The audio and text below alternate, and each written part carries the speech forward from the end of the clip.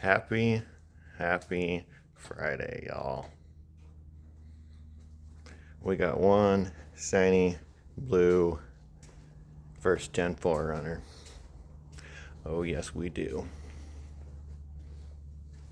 It's a pretty colorful and eventful day for me yesterday, trying to get this all done. I am fighting Mother Nature. As all of you guys out here in the Pacific Northwest know, we've been doing that Oregon thing in the summer where it goes hot, cold, hot, cold, hot, cold, hot, cold. And these materials, they don't like hot and they don't like cold. And they don't like moisture either. And we've had high humidity. I was up 65% humidity in the shop yesterday just trying to get this done. And so, how'd it go?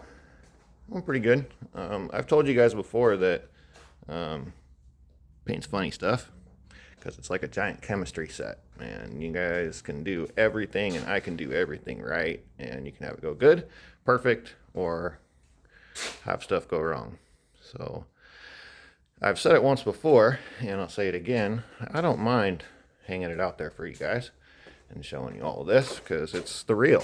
It's what I do. It's what you guys pay me to do. And yes, I do it in the shop in my backyard.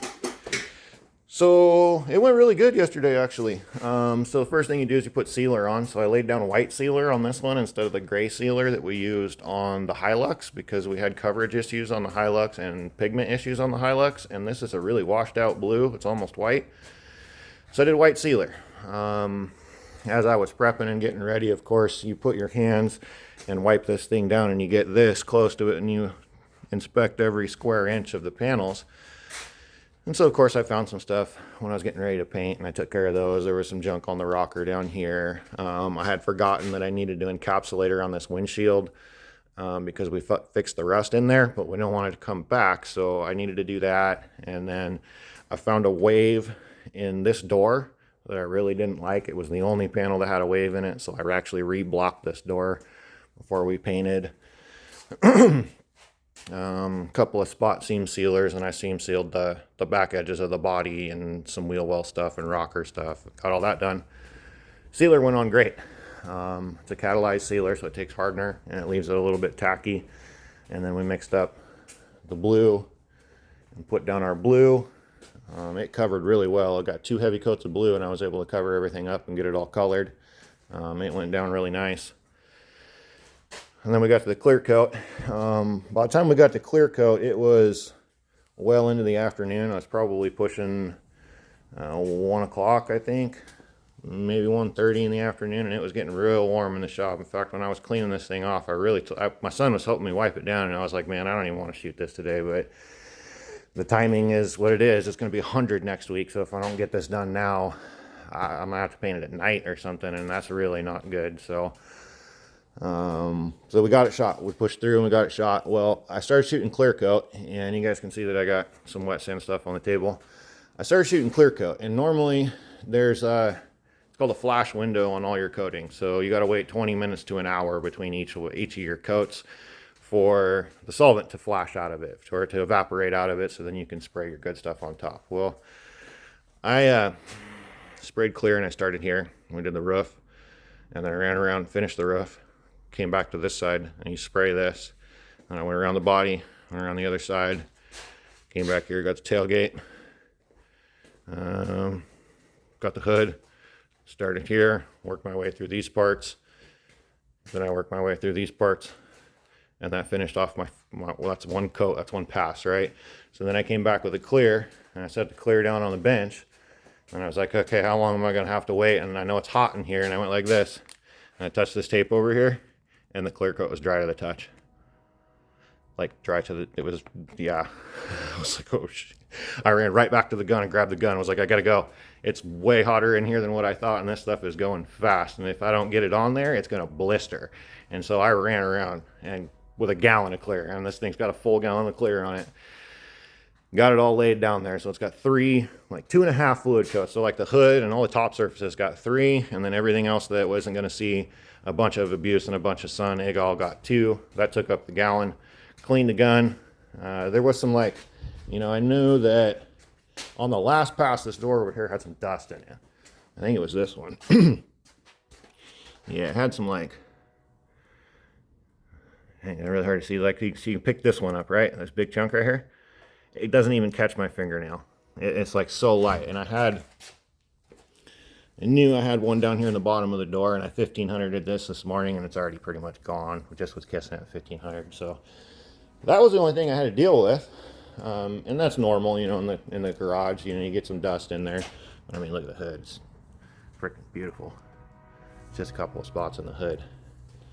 So then I came out, took a shower, relaxed for a second, came back out. You know, after the last coat of clear flashes off, and then you really start to see what it's actually going to look like, because it draws back, it dies back, and then it loses some solvent, and it shrinks a little bit. So it never looks like you spray it, you put the gun down, you turn around and look at the rig. It's not going to look that way in an hour. You got to come back in an hour or 2 hours, and then you pretty much can get a feel for how it's going to look. So we did that, and we came back out, and holy shit. See if I can pick this up. You might have already saw in some of it. Can you see this in the light? You see yeah, you can see that. Look at that light bar. See all those little speckles? Don't see them there. Oh, but they're all across this door really bad.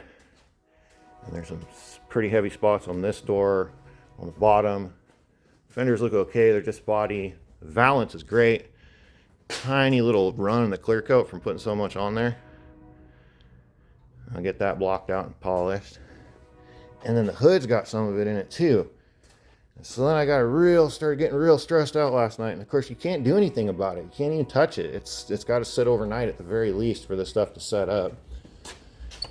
So I was kind of stressing out last night, of course, you know. Like I said, you can do everything right and still have issues. And so I was like, what the hell happened? There's a plethora of things that could have caused that to happen. And also at this point, I don't really even know what it is until I kind of work on it a little bit. I need to cut into it, play with it, pick at it.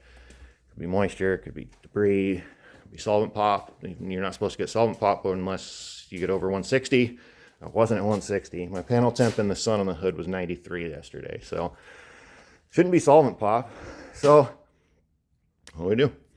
First thing in the morning, come out here with a relaxed head and a clear set of eyes, and grab some water and some 1500, and we'll go for it and see what this shit actually is. And I don't know what it is. It's not debris, it's not moisture, and it's not solvent pop. But something just shrunk back. Maybe it had some seeding that I picked up in the cup on the last pass. I don't exactly know, but you kiss it with a 1500, and look. It goes right away. And then if you look over here at the edge of it, you can kind of see where the sand marks stop and how they just kind of start to really go away as soon as you hit them with 1500. So moral of the story is I feel better. Yeah, anxiety to the max, huh, guys? Got everything into it at this point.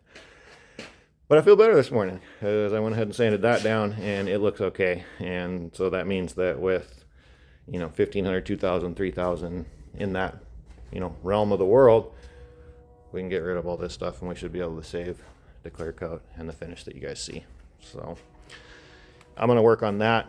The seating part of it's on me.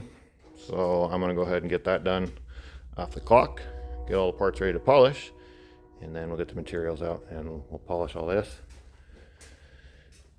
Should be ready to assemble, and then I'll be able to get the hood, or not the hood, but the roof. Get the roof in here. Top, whatever. Show you other things.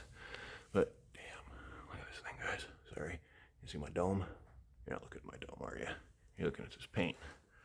Yeah. So I'm looking at.